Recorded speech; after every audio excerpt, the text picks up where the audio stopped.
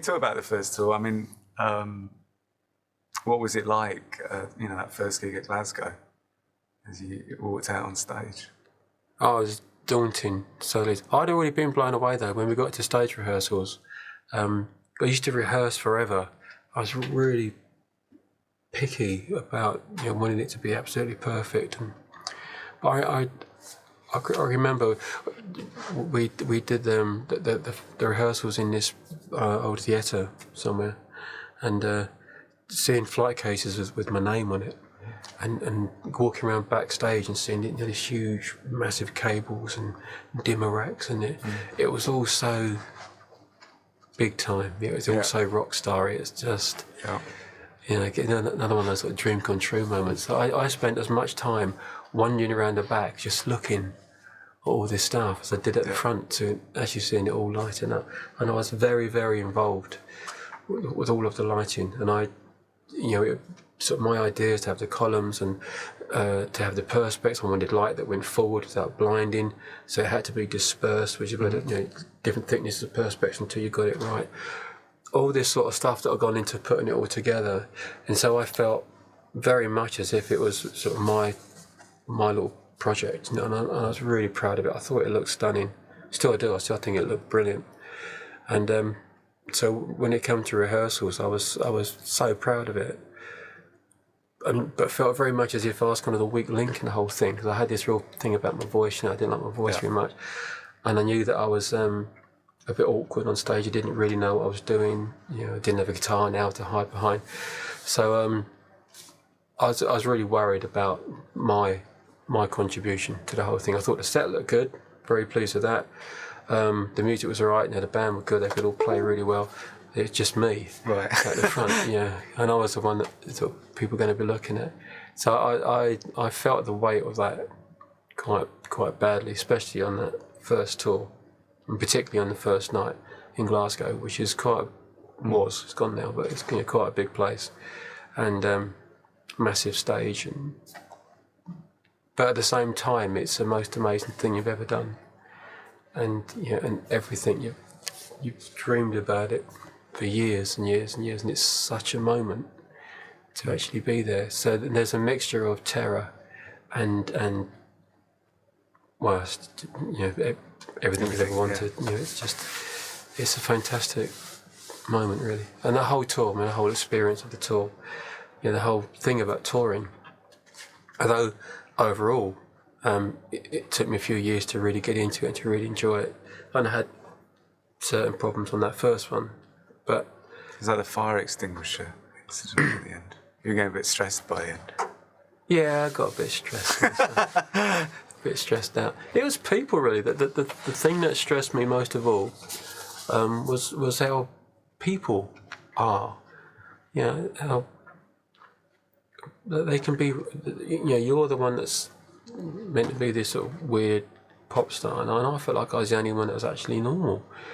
People around you are treating you really strangely and being really offensive, or crying when they met you, and just really you're exposed to quite a lot of extremes in any given day, in any given minute normally, and it's all a bit weird, and you do your best to sort of deal with it, but sometimes it just gets at you a little bit, and you probably seemingly overreact to a particular situation. But there's been 1,001 weird little things that day where you just feel like a goldfish in a bowl. It's good and bad, But it is an amazing thing. It really is. I would recommend it to anyone. I just recommend it when you're a bit older, or a bit more grown up. Really, I was very childish. And you talked about wanting to get the grooves and the power in the music. It must have been amazing to hear. There's one thing playing things in a studio or through a hi-fi, but there's another thing actually through a PA, isn't there? Yeah. To hear the stuff played live. Again, I feel slightly awkward talking about it because the power that we generate now is in a different league altogether to what we did then. But at the time, to hear those songs that I'd only heard in the studio before, albeit nice and loud, but to actually hear them coming out of a big system, and to feel the seats shaking underneath you, and to see all the lights kicking off, and it just looked spectacular, and it sounded massive, and I loved it. It was everything I'd hoped it would be, and more. I loved it. And you had OMD supporting you on that first tour. So did you watch them most nights? Did you get a chance to see them? Or? Yeah. And I loved them. I thought they were great, and I knew that money was a bit of an issue, so I said that we would carry their equipment on our trucks, and they could travel with us on our coach and all that, sort of thing. So, and didn't charge them to do it. And I didn't ask them for any money to do it. So I just wanted it to be a really friendly, happy thing, because I was having such a brilliant time, and it's great. It was a lovely atmosphere. It really was. There's a few things here and there. I had a security man that was a bit of a knobhead. I think at Coventry started hitting people with mic stands, and that sort of upset me a bit. And I think that was that DJ gone now, Simon Bates. Oh right. Said on the radio that I'd run off the stage in tears, and I've bloody never. That really annoyed me now. I had a right scream and shout at people on stage. Well, fucking upset. First of all, that the crowd were being silly, but most of this bloke they're just kids, eating kids with mic stands, because they were trying to get on the stage. And what are you doing? Big oaf. So, we had stretcher rooms are broken into and stuff stolen, and there's loads of that sort of stuff going on. But we had some of the gigs. We had police escort. Right. How cool is that? Police escort, to keep people back. That's great. Yeah. It's really good on that. When you're gone from being in a punk band and no one knows who you are, and no one's interested, and next time you're on stage and you've got a police escort, it's a very satisfying moments. It's brilliant. It was really good. I for all of the stresses and strains of it, which probably nowadays wouldn't bother me at all anyway. It's because I was just young, and it was all so new and so massive, and there is a lot of pressure, and the press have been horrible, and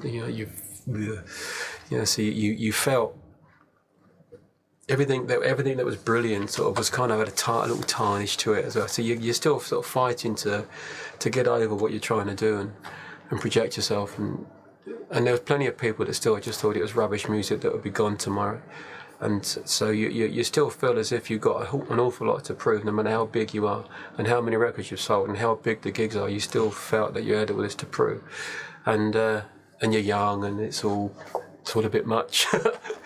But I got far more really good, happy memories of it than I had bad ones.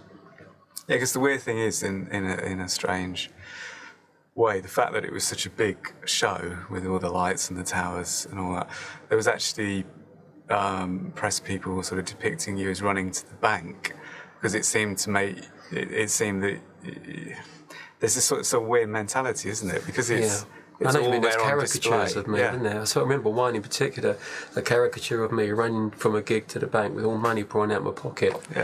Yeah, and I never made any money from gigs for about the first 15, 20 years or something. It's almost like a seen as a display of wealth or something. Do you know what I mean? That upset me. At that time I was the only person I can think of that were doing shows that big, that expensive, and yet my ticket prices were the same as everybody else's. In fact, were lower than a lot of people that were around at the time that weren't doing anything like that. So that was me putting, a fortune back into it to say, to say thank you, and because I just thought that's what we were supposed to do. And yet I'm being accused of sort of being money grabbing, and I was probably the only pop star at that time that wasn't making any money from touring, and yet I'm the one getting slated as a money. Why was that going on? I don't know why that was. They must have known that. You know, they must have. I don't know. I don't think journalists think that way. Really? They sort of think more. Like I say, I think it's connected with the stuff we were saying about the music being very isolated and it's not communal. And there was all these issues, wasn't there, about it being show business and about bringing the pop star thing back. And you did do it in the strongest way possible. Do you know what I mean? So I think there's going to be reaction to that. And there is this weird thing, as I say, where if you think logically about it, it doesn't make any sense that someone's obviously spent a fortune in staging this to say they're running to the bank. But it is almost like, it's sort of having a sort of futuristic Ferrari on stage or something in the minds of how they saw it, I think, a little bit. Do you know what I mean? It's this sort of, it's that sort of attitude, So it's actually cooler, or was cooler for a moment there to hide your wealth or pretend you're not got it. The funny thing is, though, those shows, I didn't have wealth. Yeah. Yeah. There it is. I just spent a lot. I was disappointed that there wasn't any recognition of the amount of effort and time, obviously, and money that had gone into making those shows, the best of their kind, I think. At that particular time, I expected to get a certain amount of credit for that. That I had all this success, but there it was going straight back into the fans again, and particularly the whole ticket price thing really bothered me. Because it's quite common now. If you go to see a big show at the O2 or wherever, you're talking some serious money. 70 quid or something. For your ticket, 70 quid or more. Yeah. And.